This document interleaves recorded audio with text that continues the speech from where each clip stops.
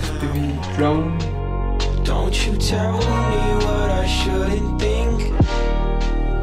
Oh, I might just. So recently in a video I talked about my plan to get into cinematic FPV drones.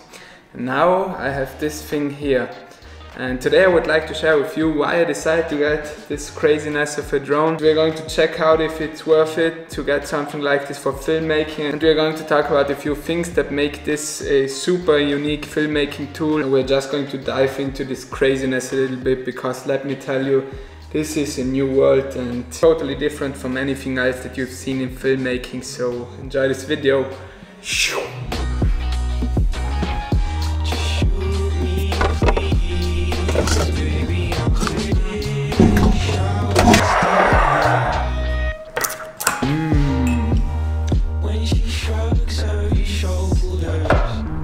Now we are ready to talk about FPV drones.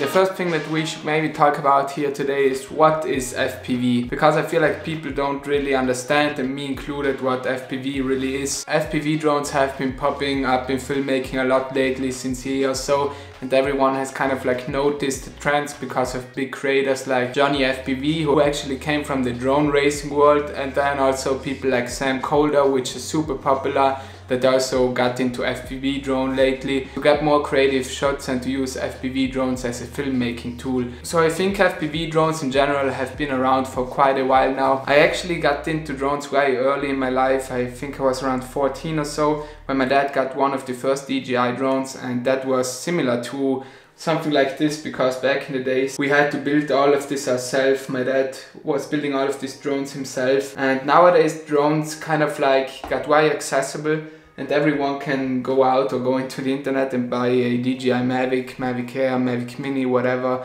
you would like to have. Nowadays the drones are also way cheaper than back in the days. I mean, you can get, I guess, the Mavic Mini now for $400 or so, which is insane. And really everyone can get a Mavic Mini and get cool videos. There's nothing about it. You just download the DJI Go 4 app and then you plug it into the controller and you just start flying. It flies from alone and it does everything itself. It has GPS inside, it has return home inside, it does everything for you. FPV drones on the other hand are totally crazy. They are totally manual, so there is no GPS. It is super hard to get into this topic. It's a whole nother world. It's not a filmmaking tool, it's more like another world, I would say. And so FPV drones have been around for quite a while, I think. There are people that do drone racings. I don't know if you've ever heard of that before. People that basically fly drones like this one with goggles. Actually, that's the main point of a FPV drone. FPV means nothing else than first person view, and you have goggles and you see through the goggles, you see the picture of this little camera here, and then you fly it as if you were sitting in this cockpit. And that thing already exists since, I would say, 5 years or even more. But I think only lately, like since 1 year or 2 years, people have been using it for filmmaking and have seen the potential for filmmaking, and now it's popping everywhere in the filmmaking world. So that's how trends develop. And the actual reason for that is, if you fly this drone, you get the picture out of this camera, which is like 480p or so. Very low quality, it's just the transmission so that you can see where you're flying. But then people started to use something like the DJI Osmo Action or the GoPro, and they put it on top of the FPV drone, and then you can get epic results with it and get shots that you could never get with a normal DJI drone. And that's why people got into it in the first place, for filmmaking. There's one problem though that I saw very early. This is a super complicated thing to get into, and there's not very much information out there. It's super hard to find the right drone. And by the way, you should maybe know, till now I did not even fly this once. This just arrived yesterday or so in the mail, and now I need to find out everything and figure it out and see how I can actually fly this. I also ordered a controller now, which will arrive soon, but we will see how this works out and how often I'm going to crash it. So I cannot share my experiences flying it, and I can't share any footage because, as I said, I haven't used it before. But in today's video I would like to share why I got this for filmmaking and why you might want to get one as well. I'm not sure how many of you are actually interested in this topic, but I plan to do some videos on the FPV drone because I think I'm going to collect a lot of experience now in the next couple of weeks and months, and then it would be cool to share this with you because a lot of people here are interested in filmmaking and there's not very much about this out there, and so I can maybe be your source of information. And let's start with the first question, which is probably which drone did you get and how did you choose it? As mentioned before, there are a lot of different options and a lot of people online will recommend you to build your own drone, and I wouldn't recommend it. I've done a lot of research on this, and then a friend of mine showed me this exact model here. This is the iFlight Nazgul 5 it's called, and it comes like this. It comes with this box. We're going to check out what you get. The thing that you should keep in mind if you want to build your own drone is, first up, you need to know how to solder and how all the electronics work, and then you need to choose all the different parts like motors and all the control boards. I'm well lucky here because my dad has already a lot of experience in these things.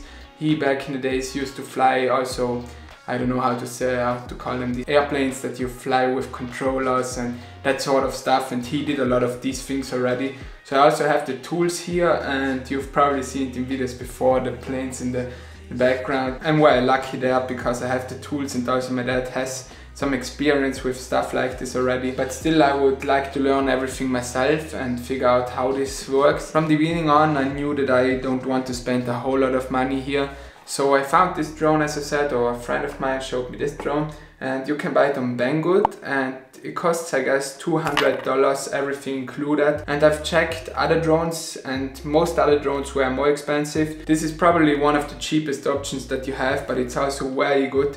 From the videos that I've seen and reviews, it's a very good FPV drone, and it's perfect to get started. In the end, for me, it's not only about filmmaking, it's also about the fun that I will probably have with this thing. I mean, I will probably crash it a lot, but I think it's going to be super funny to fly this. And so if you buy this to get this copter, it comes like this. Now you need to install the software on it and check out how everything works. I still need to figure that out a little bit. And then you get some extra, I have no idea how these are called. Anyway, you get these things, you know what this is, propellers. Probably that's the name. And then you get this sling for attaching the battery, and some extra screws and some stuff. The next thing that you need is a controller, and I can do a separate video on it, but you need to do your research here. There are so many different controllers. It's not like DJI, there's one controller for DJI, and no, there are thousands of different that can work depending on the receiver that you put into the drone. And so you need to check whether you already have one at home maybe, or whether you need to buy one. Just so that you know, I now ordered the FreeSky Transiku. I have no idea how to pronounce it. I ordered this controller, and the receiver for this controller is already inside this drone, and so they will work together. That's why I got that controller, and that costed me $100, so till now we are at $300. And then I had to buy batteries to fly. So you need to check which batteries exactly. There are different sizes and different versions of batteries and stronger batteries and stuff like that. So you need to do your research there. I bought, I guess, 3 batteries now, because one battery only lasts about 5 to 7 minutes with a drone like this. They need a lot of battery, and the DJI drones, in comparison to that, they work like 20 minutes or so, 25, so that's also a huge difference. Then the next thing that you will also need if you want to fly FPV drones, you will need goggles, because if you want to see the first person view actually of this camera, you see on there's this small camera, and the signal of this camera gets transmitted through this antenna to my goggles. And there is this one company called Fat Shark that is super popular in that area. They are the most popular for FPV goggles. And as I said, I'm very lucky here. My dad already owns Fat Shark goggles, but I think if you need to buy them, they are pretty expensive, like $200 or $300, something like this. I think there are also cheap options that work great. I still need to do the research there, but I have Fat Shark goggles. And then you also need to check if the receiver of the goggles actually works with this antenna. That's a whole nother process to install everything. But then when you're flying, it works like this. You have the controller in your hand, you control the drone, and then you see the live image of this camera, and it's first person view, as the name already says. So you're feeling like a bird. And that's it for the drone. That is everything that you will need. No, there's one more thing that I forgot about.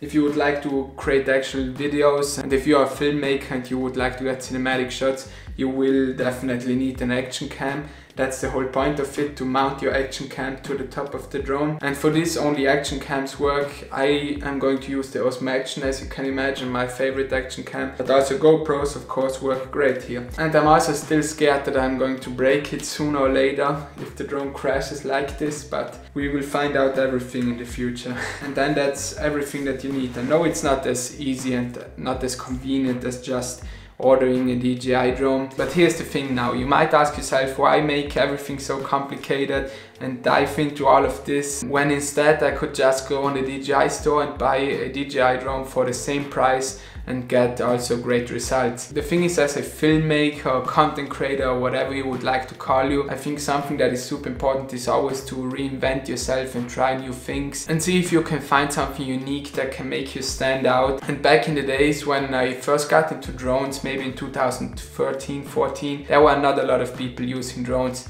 And back then it was so special to see a drone shot of an area somewhere or of something, because you've never seen something like it before, other than maybe flying with a helicopter or something like that.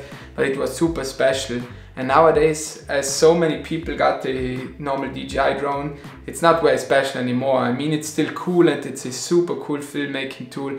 I recently made a video about it, but it's not as special anymore. And there are so many people getting similar shots with their drones. And in the end, to be fully honest, in order to get into this, you also need to be a little bit of a freak. Because if you're not interested in stuff like this, and if you don't like technology and solving problems, then this is probably not something for you in the first place. But I've always been very interested in stuff like this. I've always loved to figure out how things like this work. And so if you're not a person that is into stuff like that, but you would just like to get some drone shots, then it might be better for you to just get a DJI drone. But once you get good at this, which will take a lot of time, you can get shots with it that you can never get with a DJI drone. These drones can do certain movements and flying techniques that you just can't do with a normal DJI drone. And that is actually my end goal. It's something that I've said in the very beginning, one goal that I have that I can maybe announce here, and then we can later see if I did it or not. So behind my house over there, a couple of 100 meters up there, there is this wall, and in the middle of this wall are these... Okay, I found the word. In the middle of this wall are these pillars, or whatever you call them. And I would say in between these pillars is like 1 meter space or something like that. And my goal when I first heard this and when I first decided to get into it was always, in the end or in a year or so, my goal is to fly the FPV drone full speed through these pillars, and that's the goal. I know it sounds stupid, because if I crash it, it will fall into the water and I will never see my drone and my action cam again. But we are going to risk a lot. We are hopefully going to risk a lot with this drone so that we get some epic shots and so that this makes fun. So I'm going to bring you along on this journey. I'm going to help you out also. Please let me know if you're into this. And if you are into this, then this is the introduction video to this topic on this channel, and there are a lot of videos coming for you on which simulator to use, which gear to get. For now, if you're interested in the gear that I'm going to use, I decided to link this below so you can check it out. And yeah, if you have any further questions till now, DM me on Instagram or leave a comment below. Thanks for watching this one. I hope it was interesting to you. I will hopefully see you then in the next one. Peace out. Tschüss.